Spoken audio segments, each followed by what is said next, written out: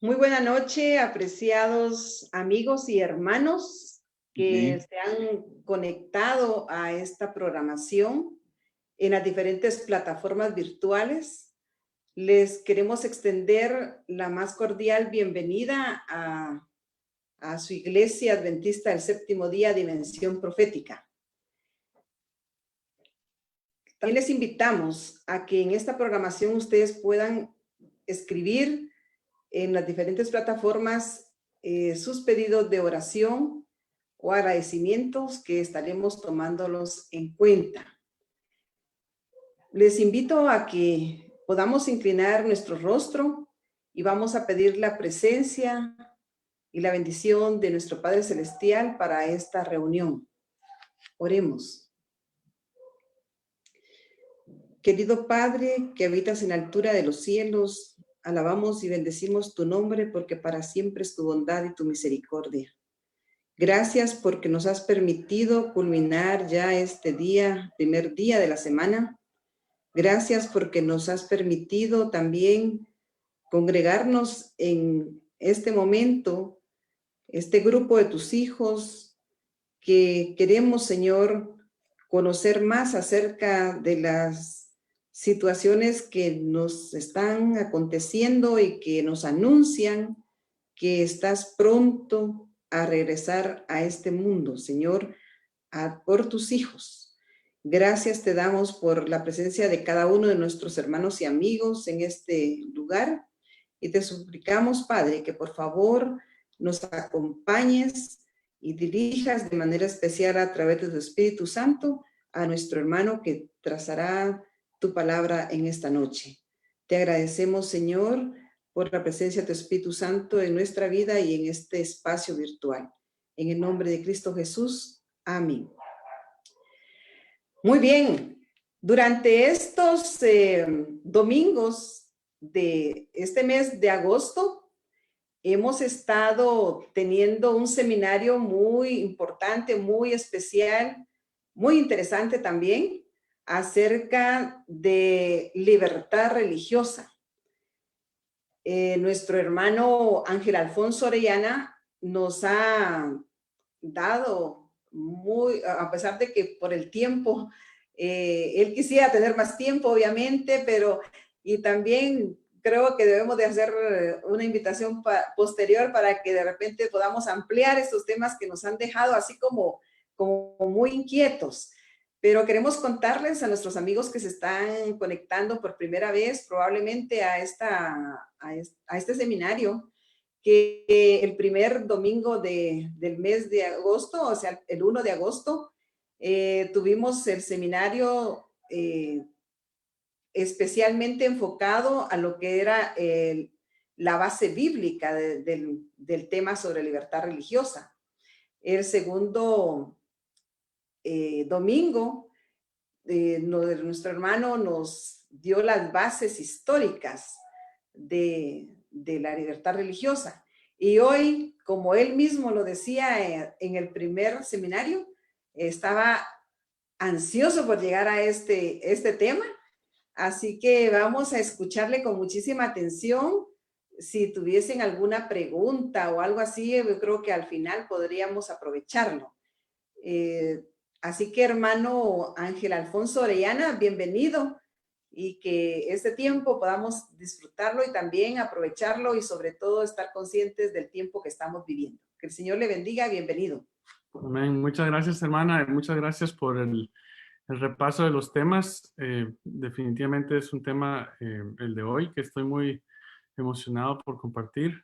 Y sí, es bastante material. Y ayer le hablaba a Manuelito que necesito más, que necesitaba más tiempo y por eso me disculpan, les quité el tiempo para música especial. Y Manuelito me hizo reír porque me dice, pues no, pues sigue en septiembre. Y el problema no es la cantidad de material y poderlo presentar, sino el tiempo para poder hacerlo y hay tantas otras actividades, pero les agradezco mucho la bendición y la oportunidad que me dan de compartir con ustedes. Y sí, primero Dios, vamos a llenar el tiempo y y el deseo es que todo quede bien claro, que podamos entender un poco más y que no nos confundamos con todo lo que está pasando en este mundo, especialmente en un tema tan importante como este. Así que vamos a empezar. Voy a compartir mi pantalla aquí. ¿Me permiten un momentito?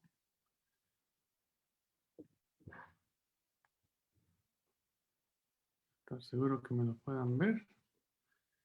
Bueno, entonces ya la hermana nos hizo el favor de recordarnos que empezamos con un resumen de las bases bíblicas.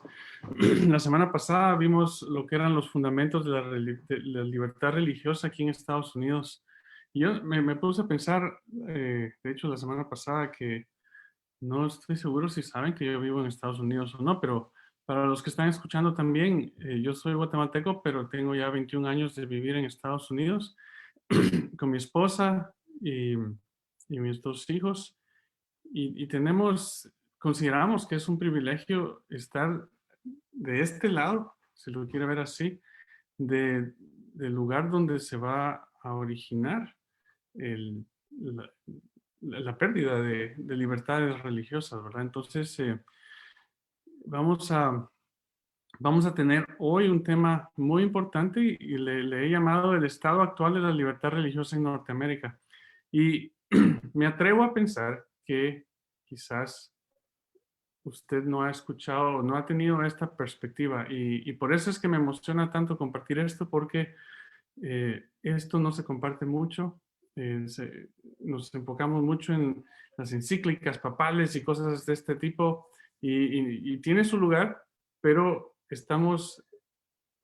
no nos estamos enfocando en esto que es lo más importante y no me quiero adelantar al tema. Pero antes de empezar quería hablar de Babilonia y su hija, y digo hija, una, pero no es que tenga solo una, ¿verdad? Pero lo digo de esta manera porque hay una historia en perdón, en el libro de Marcos, San Marcos, capítulo 6, y es la historia de Herodías que odiaba a Juan el Bautista. Odiaba a Juan el Bautista porque obviamente Herodías estaba en una relación ilícita con el rey Herodes y Juan se lo dijo y Herodías lo odiaba por eso. Y Juan estaba ya en el calabozo y dice la escritura, dice Herodías le acechaba y deseaba matarle a Juan el Bautista. Y no podía porque Herodes temía a Juan, sabiendo que era un varón justo y santo. Y le guardaba salvo y oyéndole se quedaba muy perplejo, pero le escuchaba de buena gana.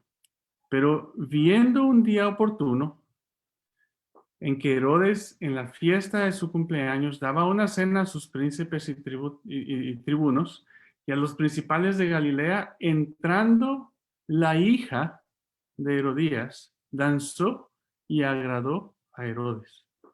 Pues note desde ya que Herodías odiaba a Juan, pero no fue ella la que se encargó de hacer el trabajo sucio, sino que mandó a su hija. La hija danzó y agradó a Herodes. Herodes siendo el representante del Estado en Israel en esos días. Y dice, y danzó y agradó a Herodes y a los que estaban con él a la mesa. Y el rey dijo a la muchacha, pídeme lo que quieras y yo te lo daré. Y le juró, todo lo que me pidas te daré hasta la mitad de mi reino. Y entonces saliendo ella dijo a su madre, ¿qué pediré? Pide dirección de su madre. Y él le dijo, la cabeza de Juan el Bautista. Por cierto, que Juan aquí, en esta historia, representa a la iglesia. Entonces ella entró prontamente al rey y pidió diciendo, quiero ahora mismo me des en un plato la cabeza de Juan el Bautista. Y el rey se entristeció mucho, pero a causa del juramento y de los que estaban con él a la mesa, no quiso desecharla. Es interesante cómo los políticos, los líderes, cuando les conviene, son muy firmes en sus promesas, pero solo cuando les conviene. Y enseguida dice la última oración, Enseguida el rey, enviando a uno de la guardia, mandó que fuese traída la cabeza de Juan. El Estado ejecutó el deseo de la mujer que mandó a su hija. Si usted considera esta historia y usted va a leer el libro de Apocalipsis capítulo 17, usted ve el mismo patrón de una mujer que tiene hijas, que se mezcla con los reyes de la tierra y que los domina. La mujer está manejando o está montada sobre una bestia, controlando a los poderes mundiales. Quiero empiezo con esta historia porque quiero que quede claro cuando usted vea todo el material, cómo la mujer, que es el papado, utiliza a sus hijas y hasta se hace para atrás un poco y solo deja que la hija haga el trabajo sucio con los gobiernos de esta tierra. Solo quiero hacer un recuerdo a lo que ya hemos visto, encapsulado de una manera preciosa el concepto de libertad religiosa en este enunciado. Dice, Jesucristo vino al mundo para liberar a los hombres y para plantar en sus almas el principio genuino de libertad. La libertad motivada por el amor. La libertad que es demasiado honorable para dejarse usar como una excusa para la carne o como manto de malicia. Libertad guiada por una conciencia iluminada por el Espíritu de Dios. Libertad en la que el hombre puede ser libre de todos los hombres, pero ser hecho tan gentil por el amor que se convertiría voluntariamente en el servidor de todos para llevarlos a que disfruten de esa misma libertad. Esta es verdadera libertad. Espero que entienda el concepto que está ahí al final, que es tan valioso, porque somos libres de todo hombre y sin embargo nos hacemos siervos para servir a cualquier hombre que desee la misma libertad que nosotros tenemos. En este enunciado no hay coerción en la conciencia. En este enunciado, la libertad que tenemos la usamos para hacernos sirvientes, para poder brindar libertad a otros. Recuerda lo que dijo Jesús en Mateo, capítulo 22, versículo 21. Otro concepto clave para lo que estamos estudiando. Dice, dad pues a César lo que es de César y a Dios lo que es de Dios. La separación que hizo Jesús es clara entre la iglesia y el Estado. Solo seguimos repasando un poco más. Cristo ha establecido una clara distinción entre César y Dios, entre lo que es de César y lo que es de Dios. Es decir, entre el poder civil y el poder y la religión, y lo que es religioso, y entre lo que debemos al poder civil y lo que debemos al poder religioso. Lo que pertenece a César debe entregarse a César. Lo que es de Dios, obviamente a Dios.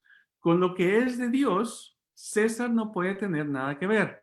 Decir que debemos rendir a César lo que es de Dios o que debemos entregar a Dios a través de César lo que es de Dios es pervertir las palabras de Cristo y restarle su significado. Dado que la palabra César se refiere al gobierno civil, los deberes que le debemos a César son civiles, mientras que los deberes que le debemos a Dios son deberes totalmente morales o religiosos. Repaso de la ley de aquí en Estados Unidos. Dice en el artículo 6 de la Constitución de los Estados Unidos que ninguna prueba religiosa será alguna vez requerida como calificación para cualquier cargo o fideicomiso público en los Estados Unidos. No se le puede hacer ningún examen de religión o escoger a alguien para que ocupe un cargo dependiendo de qué religión sea. Y aún más, hay la primera enmienda de la Constitución de los Estados Unidos dice que el Congreso no promulgará ninguna ley con respecto al establecimiento de religión o prohibir el libre ejercicio de la misma. Y en el Tratado de Trípoli de 1796 agregan aún más detalle y dice: el gobierno de los Estados Unidos de América no se basa en ningún sentido en la religión cristiana. Y vimos la semana pasada que eso no es que eso no disminuye a la religión cristiana, sino que la enaltece porque, como tal, la religión cristiana nos manda a separar la iglesia y el Estado. Ahora, vamos a hacer un pequeño, vamos a dar un vistazo a lo que los presidentes han dicho. Y quiero que ponga atención cómo progresa el pensar de estos presidentes. No voy a ir por todos los 46 presidentes que han habido en este país, pero vamos a tomar un análisis de muchos de ellos. Y quiero que mire quiero que usted observe lo que dicen. Y piense, al final, cuando lleguemos al último, piense qué está sucediendo. Dice, George Washington dijo: todo hombre que se comporta como un buen ciudadano es responsable exclusivamente ante Dios por su fe religiosa y debe ser protegido al adorar a Dios de acuerdo con los dictados de su propia conciencia. El tercer presidente, Thomas Jefferson, dijo: contemplo con soberana reverencia ese acto de todo el pueblo estadounidense que declaró que su legislatura no debería promulgar ninguna ley que respete el establecimiento de una religión o que prohíba el libre ejercicio de la misma, construyendo así un muro de separación entre la iglesia y el Estado. Muchos dicen que la frase, el muro de separación entre iglesia y Estado, no existe en la Constitución. Y este presidente Thomas Jefferson fue el primero en consolidar esa frase que le llamó él el muro de separación. Pero obviamente está implícito en la ley. Miren lo que dice Benjamin Franklin. Dice: cuando la religión es buena, se cuidará sola. Cuando no es capaz de velarse por sí misma y Dios no considera oportuno cuidarla, para que tenga que recurrir al poder civil en busca de apoyo, en mi mente hay evidencia de que la causa es mala. Dijo James Polk, el 11º presidente de los Estados Unidos: gracias a Dios, bajo nuestra Constitución no existe una conexión entre la iglesia y el Estado. Bien claro para todos hasta ese momento. A mi parecer, dice, este es creo que tengo un error aquí porque puse 13º presidente también. Este es, no me recuerdo qué número es, pero no es el 13º. Dice Millard Fillmore: a mi parecer, la iglesia y el Estado deben permanecer separados, no solo en forma, pero de hecho. La religión y la política no deben mezclarse. Ahí tengo otro pequeño error. No deben mezclarse. La religión y la política no deben mezclarse. Le quiero decir también que estos presidentes, la mayoría, son protestantes y ejercían su fe muy abiertamente. Y los puede ir a buscar. Puede hacer una búsqueda en Google y rápido puede encontrar la fe de cada uno o la religión de cada uno de estos presidentes y puede ver que muchísimos de ellos eran protestantes. Ahora miremos Ulysses Grant, el 18º presidente. Dice: dejemos el asunto de la enseñanza religiosa en el altar familiar, la iglesia y la escuela privada, que se sostiene totalmente con contribuciones privadas. Eso ya no existe. Pero esto es lo que se quería, lo que él decía: mantengamos la iglesia y el Estado por siempre separados. James Garfield, el número 20, dice: la separación de la iglesia y el Estado en todo lo que está relacionado con impuestos debe ser absoluta. Theodore Roosevelt dijo, sostengo que en este país debe haber una completa separación de la Iglesia y el Estado, que los fondos públicos no deben usarse con el propósito de avanzar algún credo y por lo tanto que las escuelas públicas no deben ser sectarias, quiere decir que tengan algún tipo de religión, y que fondos públicos no deben ser apartados para escuelas parroquiales privadas. Ahora tengo un poquito más de información aquí. Presidente John F. Kennedy, el primer presidente católico en los Estados Unidos. Solo han habido 2 presidentes católicos en los Estados Unidos. Solo 2. John F. Kennedy y el actual, el que es el presidente Joseph Biden. Dice, y este presidente, John Kennedy, estaba hablando en este entonces, cuando dijo esto, era candidato a la presidencia por el Partido Demócrata. Y resulta que, obviamente, en ese entonces había el protestantismo estaba claro en cuanto a estar separado de la Iglesia Católica y no tener nada que ver con la Iglesia Católica. Pero, y siendo él católico, entonces estaban un poco incómodos.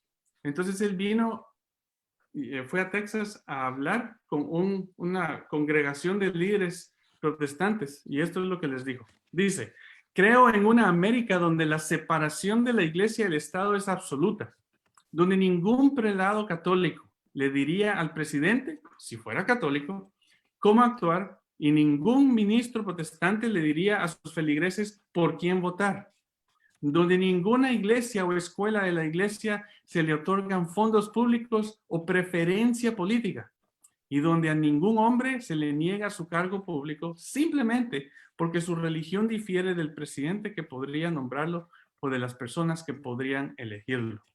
Dice, creo en una América que oficialmente no es católica, protestante ni judía, donde ningún funcionario público solicite o acepte instrucciones sobre política pública del Papa, el Consejo Nacional de Iglesias o cualquier otra fuente eclesiástica, donde ningún organismo religioso busque imponer su voluntad directa o indirectamente sobre la población en general o los actos públicos de sus funcionarios, y donde la libertad religiosa es tan indivisible que un acto contra una iglesia es tratado como un acto contra todas. Estaba muy claro lo que estaba ofreciendo el candidato Kennedy en ese entonces y quedó de presidente. Interesante que no logró concluir su presidencia. Ahora miremos lo que dijo Ronald Reagan. Y este es en un desayuno de oración el 23 de agosto de 1984. Note lo que dice. Dice, creo que la fe y la religión juegan un papel fundamental en la vida política de nuestra nación y siempre lo ha hecho. Y que la iglesia, y con eso me refiero a todas las iglesias, todas las denominaciones, ha tenido una fuerte influencia en el Estado. ¿No ha notado usted un poquito de cambio ahí? En la forma de pensar. Y esto ha funcionado para nuestro beneficio como nación. La verdad es que la política y la moralidad son indispensables, o inseparables, perdón. ¿Qué aprendimos la semana pasada? Lo moral y lo civil son totalmente... Tiene voz. Lo moral y lo civil está totalmente separado. Pero aquí dice, la verdad es que la política y la moralidad son inseparables. Y como la base de la moralidad es la religión y la política están necesariamente relacionadas. Necesitamos la religión como guía. No establecemos ninguna religión en este país, tampoco lo haremos nunca, dice. No mandamos adoración, no exigimos ninguna creencia, pero envenenamos a nuestra sociedad cuando eliminamos sus fundamentos teológicos, cortejamos la corrupción cuando la dejamos, es decir, a la sociedad desprovista de fe. Entonces note que empieza un poquito a entretejer las dos cosas que supuestamente deberían estar separadas. Y tiene razón. Si no hay religión, si no hay quien enseñe lo que es moral, el mundo sería un caos. Es totalmente cierto. Pero el problema es que se está entretejiendo con el aspecto político. Y ese es donde está el problema. Y por cierto, usted, no sé si recuerda, pero usted puede ir a buscarlo. Ronald Reagan fue el que puso por primera vez en el Vaticano a un embajador, reconociendo al Vaticano como un Estado donde deben haber conexiones entre naciones, conexiones políticas. Muy interesante su forma de pensar. ¿Qué dijo George W. Bush, el hijo? Dice, la mejor manera de honrar al Papa Juan Pablo II, esto es cuando estaba inaugurando el Centro Cultural Juan Pablo II. Juan Pablo II ya, yo creo que ya había muerto ahí. Pero, en fin, dice, la mejor manera de honrar al Papa Juan Pablo II, verdaderamente uno de los grandes hombres, es tomar en serio su enseñanza, es escuchar sus palabras y poner sus palabras y enseñanzas en acción aquí en Estados Unidos. Este es un desafío que debemos aceptar. No creo que tenga derecho a imponer mi punto de vista sobre algo que acepto. Perdón, qué triste esto, este fue un error. Esto lo dijo Joseph Biden. Este es un error. Termina donde dice no creo. Esto ya es lo que dice Joseph Biden. Usted lo va a ver aquí en un momentito. Se me fue uno de esos copy y paste. Solo miremos lo que dice Obama y después vamos a ver lo que dijo Trump y después vamos a ver lo que dijo Biden y ahí va a ver usted esa cita otra vez. Dice, este fue el presidente Obama. También un desayuno de oración en el 2015. Dice, Estados Unidos es uno de los países más religiosos del mundo, mucho más religioso que la mayoría de los países desarrollados occidentales. Y una de las razones es que nuestros fundadores aceptaron sabiamente la separación de la iglesia y el Estado. Nuestro gobierno no patrocina una religión ni presiona a nadie para que practique una fe en particular o cualquier fe en absoluto. Y el resultado es una cultura en la que personas de todos los orígenes y creencias pueden adorar con orgullo y libertad sin miedo ni coerción. Note que es un poco parecido a lo que dice Ronald Reagan y sin embargo Reagan lo estaba ya mezclando un poco más. Ese no es el caso de las teocracias que restringen la elección de la fe de las personas. No es el caso de los gobiernos autoritarios que elevan a un líder individual o a un partido político por encima del pueblo o en algunos casos por encima del concepto de Dios mismo. Por lo tanto, la libertad de religión es un valor que continuaremos protegiendo aquí en casa y defendiendo en todo el mundo y es uno que protegemos atentamente aquí en Estados Unidos. Donald Trump, que terminó su mandato el año pasado, o en enero de este año, dijo, esto lo dijo cuando era candidato, pero lo cumplió. Cuando era candidato a la presidencia en enero del 2016 dijo esto, les diré, el cristianismo está bajo un tremendo asedio, ya sea que queramos hablar de ello o no queramos hablar de ello. Sin embargo, no ejercemos el poder que deberíamos tener. El cristianismo tendrá poder. Escuche, porque si usted ve, 80% de los evangélicos de este país votaron por Donald Trump. Le creyeron que el cristianismo iba a tener poder. Esto es muy, muy importante y lo vamos a ver más adelante. Entonces, él les está ofreciendo, el cristianismo va a tener poder. Si estoy allí, refiriéndose a la presidencia, tendrán mucho poder. No necesitan a nadie más. Van a tener a alguien representándoles muy bien. Recuerden eso, les dijo. Y lo recordaron. Y lo eligieron a la presidencia. Y aquí está esta fotografía de Donald Trump el año pasado, cuando estaban todos las protestas en contra de la brutalidad de la policía. Y los retiró a todos con gas lacrimógeno y caminó a esa iglesia y sostuvo una Biblia mostrando el poder del cristianismo en este país. Y luego aquí está la cita de Joseph Biden, el actual presidente de los Estados Unidos, donde él dijo, no creo que tenga derecho a imponer mi punto de vista, y está hablando de puntos de vista de religión. Él es un católico, recuerde, él es un católico, y dice, no creo que tenga derecho a imponer mi punto de vista sobre algo que acepto como una cuestión de fe en el resto de la sociedad. Aparentemente él tiene claro el concepto. Él es católico, pero él no va a tratar de imponer su fe en los demás. Ahora, miremos un poco la administración de Trump, porque esta es la administración que acaba de terminar, la de Joe Biden acaba de empezar, y hay tanto material y tantas cosas sucedieron en el ámbito religioso mezclado con lo político. Y aquí ven dos fotografías de tantas que hay, de tantos grupos evangélicos que se juntaban una y otra vez a orar, a imponer las manos por el presidente Donald Trump. Carismáticos, evangélicos, protestantes, todos unidos, pensando que es mandado por Dios este presidente. De hecho, Franklin Graham, el hijo del famoso evangelista Billy Graham, dijo que Trump era enviado por Dios.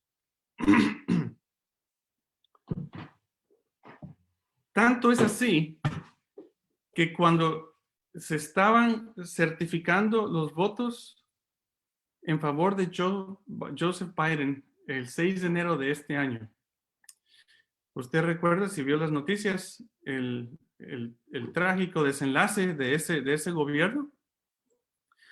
Pero note estas fotografías y piense qué tienen en común estas fotografías de ese día, del 6 de enero de este año, donde estaban protestando y irrumpieron en el Congreso de Estados Unidos porque pensaban que era un fraude, ¿verdad? Pero mire esto. Aquí arriba a la izquierda hay alguien sosteniendo una Biblia. En el medio arriba dice del condado de Moultrie en el estado de Illinois. El condado ama a Jesús, ama la Constitución y ama a Donald Trump. Las tres cosas juntas. También tenemos esta bandera que dice, hagamos a América más santa otra vez. Y también, si usted ve a este muchacho que está aquí abajo, a mano izquierda, tiene una cruz, como la cruz de las cruzadas. De las cruzadas cuando el papado mandaba a destruir a los moros. Esas batallas de las cruzadas. Aquí está uno con una cruz de esas, como que fuera una guerra santa. Y de hecho, así se siente que está sucediendo aquí en este país. Mire otro con una cruz y también una pancarta ahí que dice Jesús salva, ¿verdad? Entonces, la iglesia y el Estado bajo Donald Trump estaban bien entretejidas. Tanto así que hay un ministerio que se llama Capitol Ministries o Ministerios del Capitolio. Su fundador es Ralph y Daniel Drollinger. Él es un exjugador de básquetbol, se convirtió al cristianismo hace muchos años y fundó esta organización, una organización religiosa que está dedicada a evangelizar a los líderes políticos del mundo para que hagan leyes basadas en principios bíblicos. Hermanos, pongámonos a pensar, ¿qué está sucediendo? ¿Estamos viendo al papado? No. El papado está a un lado porque tiene una hija. Es cierto, el papado hizo una encíclica hace unos años, Laudato Si, oh no, está hablando del calentamiento global y está sugiriendo que haya un descanso dominical. Eso va a ayudar al calentamiento global. Y todos estamos pensando, oh no, y ahora se está juntando con estos demócratas que son todos ambientalistas y por ahí va a venir la cosa, por ahí va a venir la ley dominical. Y mientras tanto, mire lo que está haciendo la hija. Este ministerio es muy poderoso y tiene presencia en todos los estados de este país. Y tiene presencia en 24 países, incluyendo Nicaragua. En el 2019, Ralph Drollinger estuvo con Daniel Ortega en Nicaragua. Y fíjense lo que estaba haciendo. Estuvo con Daniel Ortega porque le interesa a este señor instalar en el gobierno de Nicaragua estudios bíblicos. Bueno, pues usted dirá que bien es evangelizar y traer el evangelio a todos. Pero note que lo que quiere hacer es traer un tipo de formación bíblica, la formación bíblica evangélica, a todos los países del mundo, a todos los gobiernos del mundo. Y a cambio, Ortega le pidió una visita con Trump. Y no la logró conseguir, pero logró conseguir una visita con Mike Pompeo, el secretario de Estado. Vea qué interesante. Este hombre es un pastor. Este hombre no es un funcionario que está asignado en el gobierno de los Estados Unidos y sin embargo está haciendo diplomacia entre países, entre este país y Nicaragua. Qué interesante, ¿no? ¿No es eso lo que hace el papado también? Lo mismo está haciendo la hija. Lo mismo. El deseo es evangelizar a los líderes políticos. Entonces tienen estudios bíblicos, solo se juntan a hacer estudios bíblicos. Eso no tiene, pareciera que no tuviera ningún problema. El problema es que está basado en conceptos errados. Conceptos errados. Está basado en la forma en que ellos creen que es su religión. Y entonces paran tratando de ayudar a los legisladores a que legislen basados en lo que han aprendido de sus conceptos de la Biblia. Cuando en el gobierno de Donald Trump, este señor daba estudios bíblicos al vicepresidente de los Estados Unidos, Mike Pence. Todo el gabinete de Trump estaba en esos estudios bíblicos y también tenía estudios bíblicos con congresistas, con senadores y congresistas del Capitolio de los Estados Unidos. Y lo mismo tienen en cada gobierno local de cada estado de los Estados Unidos. Y le voy a mostrar una pequeña muestra de un estudio bíblico que se presentó el año pasado durante el inicio de la pandemia a los líderes del gobierno de Estados Unidos por este señor Ralph Drollinger. El estudio se titula ¿Está Dios juzgando a Estados Unidos hoy día? Ese es el título del estudio bíblico. El estudio tiene puntos muy buenos sobre la obra de Dios a través de la persecución en el pasado para purificar a su iglesia, ¿verdad? Cuando hay persecución o cuando vienen juicios, ¿verdad? El Señor está tratando de purificar a su iglesia.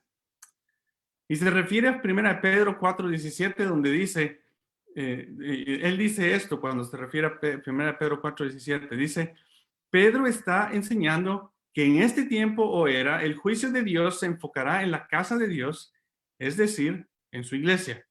La intención de Dios es purificar a sus elegidos y presentárselos a su Hijo.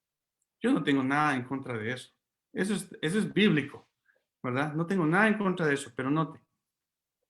El tema principal del estudio se puede resumir en la última sección que está titulada El Nuevo Testamento no amenaza juicio como consecuencia de pecados nacionales. Es bien interesante porque estamos viendo que está entrando esta pandemia el año pasado. Y entonces él está tratando de calmar, de que todos se calmen. El mensaje de paz y seguridad que dice la Biblia que van a predicar es precisamente esto que está predicando este señor que está dando estudios bíblicos. Porque es paz y seguridad, pero dice la Biblia que destrucción repentina es la que viene. Dice, si Dios juzga a las naciones durante la era de la iglesia, ¿por qué los escritores del Nuevo Testamento no lo mencionan? Específicamente, dice, ¿no habría sido apropiado que Cristo advirtiera a Pilato o que Pablo advirtiera a César del inminente juicio nacional? Si advirtieran a estos líderes políticos, es extraño que nada de eso haya sido registrado por el Espíritu Santo que inspiró a los escritores de la Biblia. Cristo le hubiera dicho a Pilato, viene un juicio para Roma, pero Cristo dijo, y él no lo está aplicando, lo que es de César, lo que es de Dios es de Dios. Dice más adelante, de hecho dice, los Estados Unidos de hoy no se caracteriza en gran medida por personas que son infieles a los preceptos de Dios. Por el contrario, dice, escuche, solo hay una pequeña minoría de personas que son manifiestamente desobedientes a Dios. Individuos a quienes se le deben aplicar los 5 indicadores de Romanos 1. Y en el estudio se refiere a esos 5 indicadores como diferentes juicios que vienen, pero no vienen a la nación, vienen solo a los desobedientes. Ok. Dice, desafortunadamente, para la gran mayoría de las personas fieles en América, ¿esos quiénes son? Los cristianos, los evangélicos, los carismáticos, todos los que dicen aceptar a Jesús en sus vidas, ¿verdad? Los que le llaman, que nacieron de nuevo, los born again. Desgraciadamente, dice, o desafortunadamente para la gran mayoría de las personas fieles en América, demasiados de los infieles han sido permitidos por los fieles a ganar altos puestos de influencia en nuestra cultura, altos cargos en nuestro gobierno, nuestro sistema educativo, nuestros medios de comunicación y nuestra industria del entretenimiento. Esto es trágico, lamentable y costoso. Aquellos individuos que son reprendidos por la ira desamparante de Dios son en gran parte responsables de la consiguiente ira de Dios sobre nuestra nación. Ok, entonces, ¿qué es lo que hace él? Y escuche pues, le está dando este estudio a Mike Pence, a Mike Pompeo, le está dando este estudio a todos los legisladores que puede alcanzar con este mensaje. Y les está diciendo, la Biblia dice que el juicio no viene a la nación y a todos los justos de la nación, es solo un grupito. Y ese grupito es el problema. Ese grupito es el problema. Antes de que me pase al siguiente parte de este tema, imagínense, ¿por qué es que hay tanto conflicto y no se puede hacer nada en este país o en algún otro país? Porque tenemos la religión mezclada con lo político. Imagínense que, y le voy a mostrar aquí en una diapositiva más adelante, quiénes son a los que se refiere en este estudio y los menciona. Menciona a los ambientalistas, menciona a los socialistas. Mire, da una descripción que prácticamente lo único que le hace falta decir es los demócratas. Si es demócrata, el juicio de Dios es para ellos.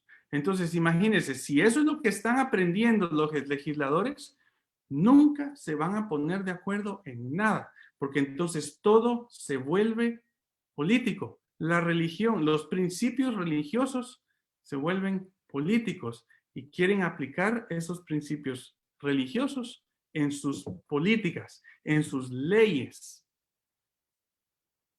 Ahora, quiero hablar de la Corte Suprema un poco, porque, y le digo esto porque ya vimos lo que dicen los presidentes, lo que piensan los presidentes. Acabamos de ver que este ministerio está influyendo en las políticas, no solo al presidente directamente, que es el ejecutivo, pero también al organismo legislativo, que son los que hacen las leyes del país. Pero también la Corte Suprema, el organismo judicial, también está sumamente influenciado. Y aquí sí deberíamos poner atención cuando hay católicos, porque estos son los que últimamente deciden que si la ley se basa en la Constitución o no se basa en la Constitución. Y note, hay 7 católicos en la Corte Suprema de este país. Nos preocupamos porque Joe Biden es católico. Donald Trump designó a 3 católicos en la Corte Suprema. Donald Trump hizo en tiempo récord, puso a 3 jueces en esa corte. Y no solo eso. Estas gráficas muestran la velocidad con la que Donald Trump designó jueces, o nombró o designó jueces no solo para la Corte Suprema, pero jueces federales de distrito y jueces también de cortes de apelación. Designó a 54 jueces federales de apelación en 4 años, uno menos de los 55 que Obama designó en 8. En tiempo, le dobló la cantidad en 4 años, en la mitad del tiempo. Puso casi la misma cantidad de jueces. ¿Por qué hablo de esto? Porque obviamente la influencia conservadora, la influencia cristiana conservadora está también con estos jueces. Y entonces se vuelve un país mucho más conservador, pero no conservador político, porque la política y la religión, puede ver usted que están alineadas. La religión cristiana caída está alineada con la política de la derecha de este país. Entonces, ¿a quién se le echa la culpa? Vimos lo que decía aquí este estudio bíblico. Voy a tomar un poquito de agua.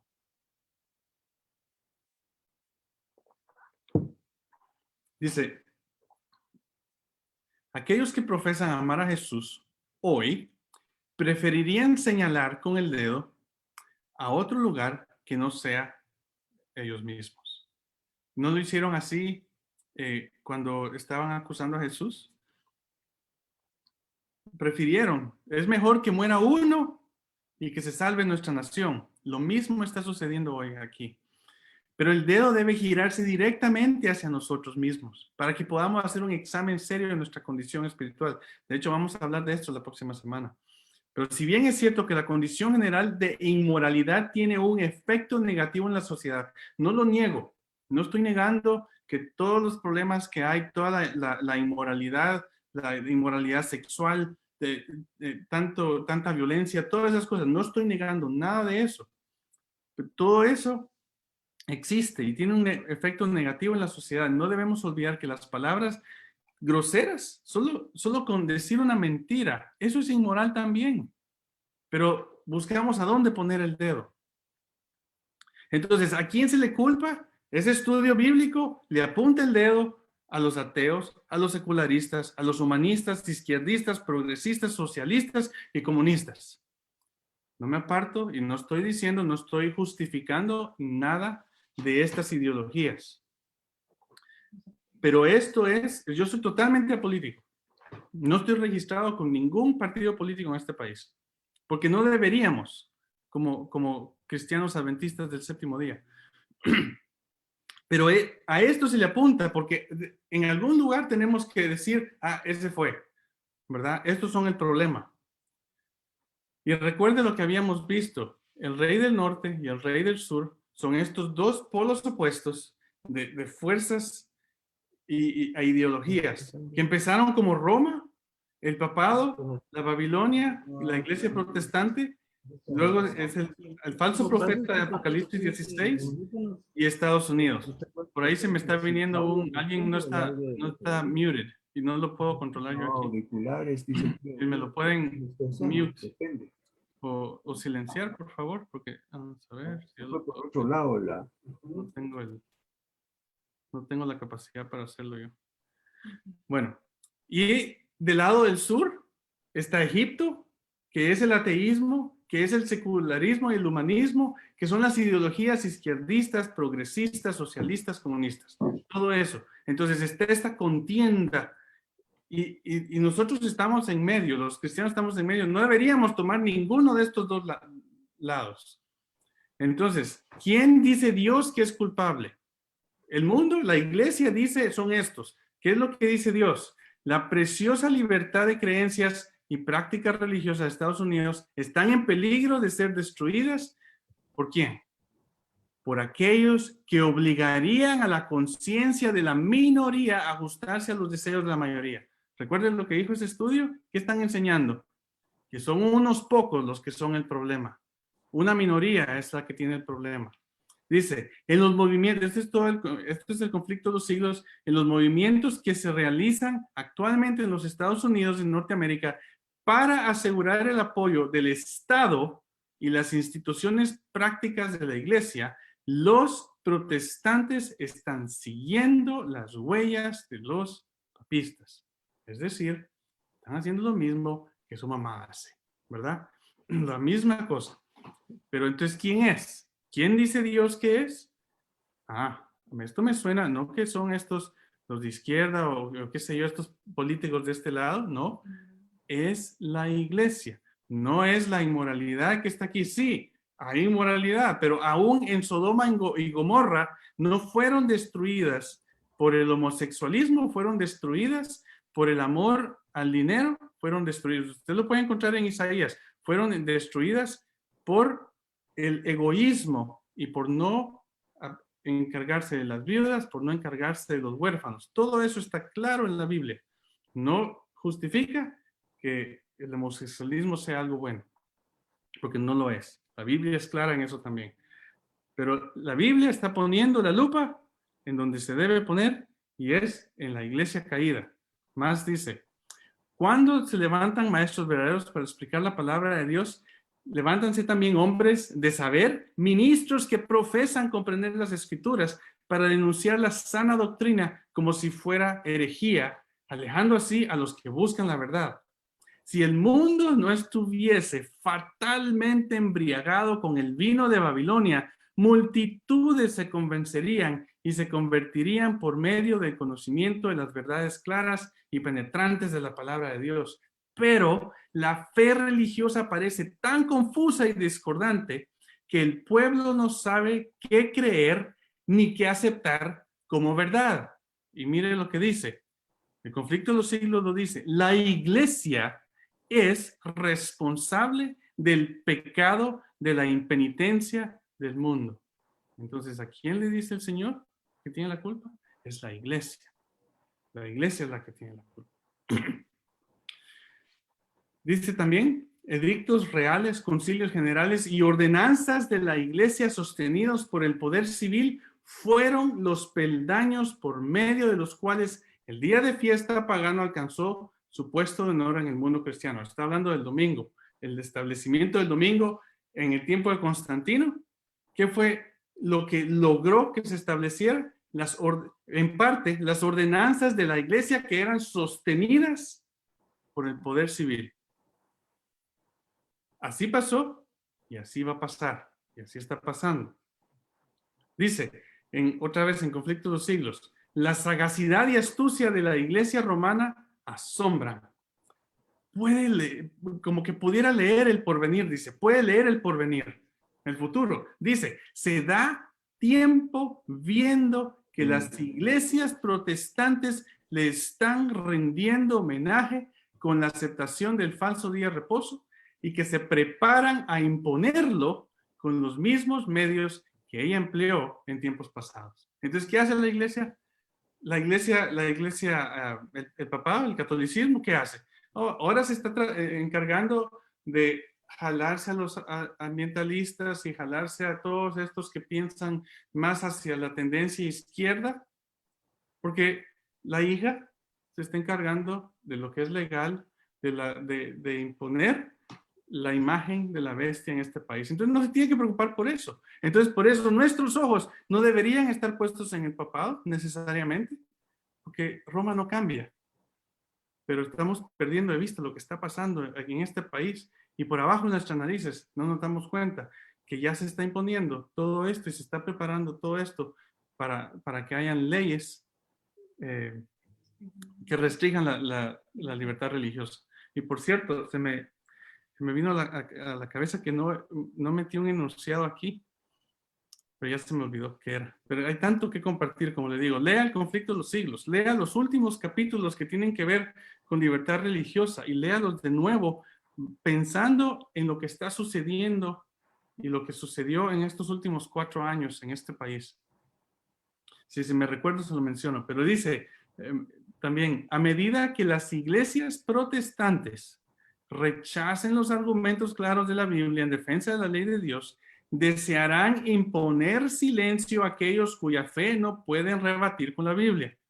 Aunque se nieguen a verlo, el hecho es que están asumiendo actualmente una actitud que dará por resultado la persecución de los que se nieguen en conciencia a hacer lo que el resto del mundo cristiano está haciendo y a reconocer los acertos hechos en favor del día de reposo papal.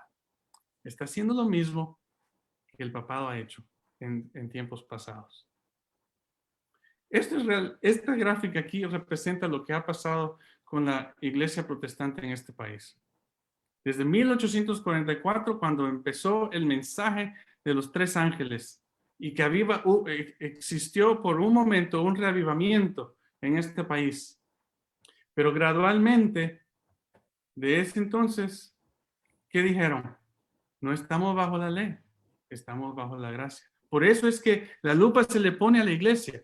No son todos estos inmorales, es cierto. Eso es el resultado de esto, de que hemos rechazado la ley de Dios, de que hemos rechazado la verdad del sábado, que hemos rechazado todo lo que se presentó en ese entonces, en 1844, el resultado lo estamos viendo. Pero la iglesia le quiere poner el dedo a alguien más, alejarse de librarse de responsabilidad. ¿Qué hizo la iglesia? ¿Se arrepintió y volvió a los viejos caminos? No, no hizo eso la iglesia en este tiempo de 1844. En lugar de arrepentirse y aceptar las verdades puras y dóciles de la Biblia, recurre al brazo fuerte del César para imponer la moralidad mediante la legislación. Entonces, ¿qué prosigue? Estoy de acuerdo con que hay maldad en todas partes. Abunda la promiscuidad, la infidelidad y todo tipo de pecados degradantes, y muchos son tan descarados que exigen aceptación dentro de la iglesia mientras viven en pecado. Todo eso existe. Pero por otro lado, el cristianismo es tan corrupto y caído que solo se cuida a sí mismo e impone sus creencias y tradiciones defectuosas a todos los demás. Recuérdese que Babilonia ha caído. Debemos estar en el medio, no tomar ningún lado. La libertad de conciencia es para todos, como lo aprendimos en los temas pasados, no solo para la mayoría. Entonces, ¿qué prosigue? Dice en el conflicto de los siglos, para que los Estados Unidos formen una imagen a la bestia, el poder religioso debe dominar de tal manera al gobierno civil que la autoridad del Estado sea empleada también por la iglesia para cumplir sus fines. Las iglesias, dice, protestantes, lo declara claramente el conflicto de los siglos. Las iglesias protestantes que siguieron las huellas de Roma al aliarse con los poderes mundanos, manifestaron el mismo deseo de restringir la libertad de conciencia. Le hago un llamado a que busque, vaya a ver esa cita donde dice los poderes mundanos. Y uno cuando piensa en mundanalidad, piensa en las cosas del mundo, obviamente, ¿verdad? En qué sé yo, beber o las cosas de la promiscuidad que hay entre hombres y hombres y mujeres, todas esas cosas. Eso es mundano. o las películas, o Hollywood, o lo que sea, todo eso es mundano. No, es mundano, pero a lo que se refiere el conflicto de los siglos, cuando habla de algo mundano, es algo en donde la iglesia se mezcla con el Estado. A eso es a lo que se refiere. Y dice, cuando las iglesias principales de los Estados Unidos, uniéndose en puntos comunes de doctrina, influyan sobre el Estado para que impongan los decretos y las instituciones de ellas, entonces la América protestante habrá formado una imagen de la jerarquía romana. La inflicción de penas civiles contra los disidentes vendrá de por sí sola. A lo que ya me recordé lo que le quería decir. En otra parte del conflicto de los siglos dice que es por un clamor público. No es porque el presidente va a decir debemos imponer la marca de la bestia. No es porque el Congreso, esto viene de abajo, esto viene del clamor popular. Y todos los legisladores van a decir, ok, eso es lo que tenemos que hacer, porque la mayoría, no todos, pues la mayoría lo está pidiendo y entonces se va a ejecutar una ley, pero siempre va a haber quien se oponga a esa ley por medios legales y entonces por eso es que interesante que ya hay 7 católicos sentados en esa Corte Suprema porque la Corte Suprema es la que va a decidir últimamente este asunto del domingo. Y va a ser muy interesante ver cómo se va a llevar a cabo todo. Entonces, ¿qué prosigue? Dios está cumpliendo sus cuentas, dice. Conflictos, no, este es en el Review and Herald, este lo traduje porque no está en español. Review and Herald del 2 de mayo de 1893 dice, Dios está cumpliendo sus cuentas. El trato a los pobres, el robo a la viuda y al huérfano por parte de los que se levantan contra el débil y el desamparado, todo está escrito en el libro del cielo. Los gritos de los oprimidos han llegado a oídos del que juzga con justicia. Ha llegado el momento en el que el juicio ha caído en las calles y la equidad no puede entrar. Hay corrupción por todos lados. Y el que se aparta del mal se hace presa. Pero el brazo del Señor no se acorta para que no pueda salvar. Y su oído no se pesa para que no pueda oír. El pueblo de los Estados Unidos ha sido un pueblo favorecido, pero cuando restrinjan la libertad religiosa, renuncien al protestantismo, el protestantismo original, ¿verdad? Y apoyen el papado, la medida de su culpa será plena y la apostasía nacional quedará registrada en los libros del cielo. El resultado de esta apostasía será la ruina nacional. Esa es la apostasía. La apostasía no es toda la inmoralidad. Eso no tiene lugar, pero el problema es aquí. La lupa está en la iglesia. Entonces, ¿quién va a tener la culpa de todos los males? Imagínense. Ahorita son los ambientalistas y todos estos de izquierda. ¿Quién va a ser, si la iglesia tiene control del Estado, quién va a ser el que tiene el problema? La minoría, que son los que guardan los mandamientos de Dios y la fe de Jesús. ¿Qué debemos hacer entonces? La próxima semana vamos a hablar de qué debemos hacer. Que Dios me los bendiga, hermano. Bien, muchas gracias, estimado hermano Ángel Alfonso Orellana, por darnos a conocer cómo va el desarrollo de este proceso que estamos esperando que pronto se va a dar, ¿verdad? Sin embargo, estamos viendo cómo la libertad de conciencia está amenazada, como lo es el conflicto de los siglos, y sin duda, el próximo domingo estaremos viendo qué hacer, qué debemos hacer. Así que les invitamos a cada uno de los que estamos ya acá conectados que por favor asistamos a la próxima reunión de este seminario, en donde estaremos culminando con este seminario. También para los que no han podido ver o no han estado en los anteriores domingos, buscar nuestra página de internet de la Iglesia Adventista del Séptimo Día de Dimensión Profética, y ahí podrán ponerse al día con la secuencia de esa temática.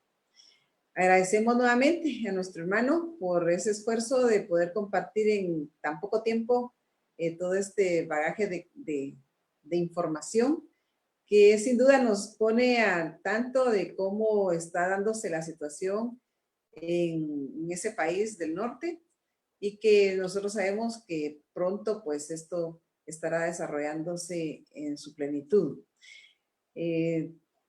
Para culminar esta reunión, vamos a pedir la participación de nuestro hermano Udine Fuentes para que pueda elevarnos al trono de la gracia a través de una oración de consagración y también que pueda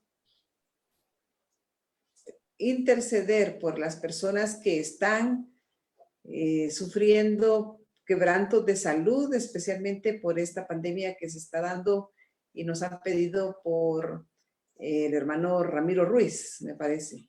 Entonces, vamos a pedir al hermano Udine que pueda orar y con esto estaremos quedando despedidos de esta reunión. Que el Señor les bendiga. Gracias, hermana Silvita. Vamos a tener esta oración intercesora y les invito a todos a inclinar sus rostros para poder contactarnos con el cielo y elevar nuestras peticiones. Oremos. Nuestro amante y bendito y amado Padre, te damos gracias porque tú nos revelas el futuro. Y no nos queda más de agradecerte porque tú tienes el control. Lo has tenido siempre. Todas las profecías se están cumpliendo ante nuestra vista y nuestra fe cada día crece más. Yo sé que no podemos detener el flujo de los acontecimientos históricos que vendrán, pero sí podemos ponernos de parte de la verdad aunque se desplomen los cielos. Gracias porque tú nos preparas anticipadamente y nos dices la verdad. Y nos dices qué acontecimientos vendrán para que nos preparemos. Pero gracias porque la verdad más importante es que estos acontecimientos nos indican que tú estás pronto a venir. Y sabemos que estamos justamente en el principio de dolores. Sabemos que ya no hay retroceso, que las cosas irán cada vez de mal en peor. Y cada vez, mientras la noche se acerca y cada vez que se ponga más oscuro, las estrellas, tus hijos, los que enseñan la justicia, empezarán a brillar. Serán como luces en el firmamento que no se apagarán. Gracias porque también nos has revelado a través del espíritu de profecía que muchas luces y muchas estrellas se apagarán. Pero mantén el fuego de la fe encendido en nosotros, alimentado de ese carbón del incienso del santuario celestial, para que nuestra fe no se apague, para que cada vez que sea más probada como el oro brille más. Y Señor, aquí en este mundo hay dolor, enfermedad, miseria, pandemias y sufrimiento. Hay hijos tuyos que la están padeciendo. En este caso queremos poner al hermano Ramiro Ruiz para que tú lo protejas, para que tú puedas realizar tu voluntad en su vida, para que él pueda confiar en que todo lo que tú permites tiene propósito. Y si es tu voluntad sanarlo, Señor, sánalo. También, Señor, gracias por estas verdades reveladoras. Gracias por el hermano a quien has escogido para que nos pueda traer esta información. Ayúdanos a poder asimilarla, digerirla y poner en práctica los consejos que de seguro vendrán la próxima semana. Permite que estemos atentos a escuchar estos consejos porque son los que nos darán la clave de lo que debemos hacer, de lo que tú nos indicas a través del espíritu de profecía y de tu palabra. Guárdanos esta noche en paz y que podamos ir a dormir confiando en que tú tienes el control. En el nombre de Jesús te lo pedimos. Amén.